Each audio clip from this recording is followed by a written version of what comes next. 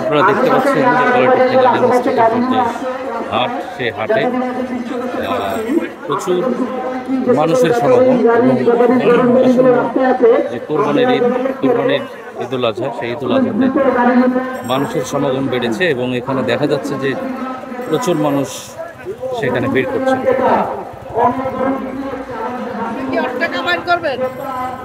রাজধানীর অন্যতম একটি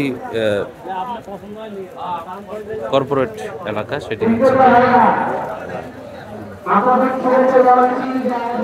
তেজগাঁও শিল্পাঞ্চল এলাকার যে পলিটেকনিক্যাল ইনস্টিটিউট মাঠ, সেখানে মোটামুটি অনেকে গরু এসছে এবং অনেকে গরু কিনে নিয়ে যাচ্ছে।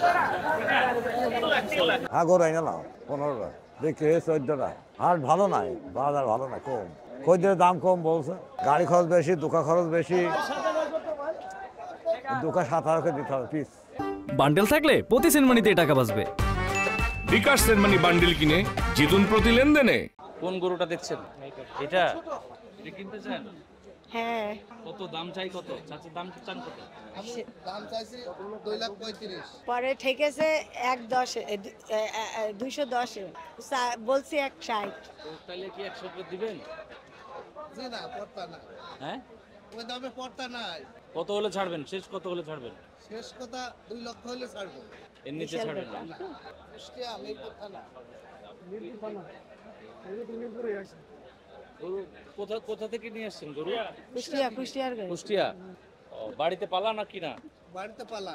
খরচ এবছর বেশি, অতিরিক্ত খাবারের দাম বেশি।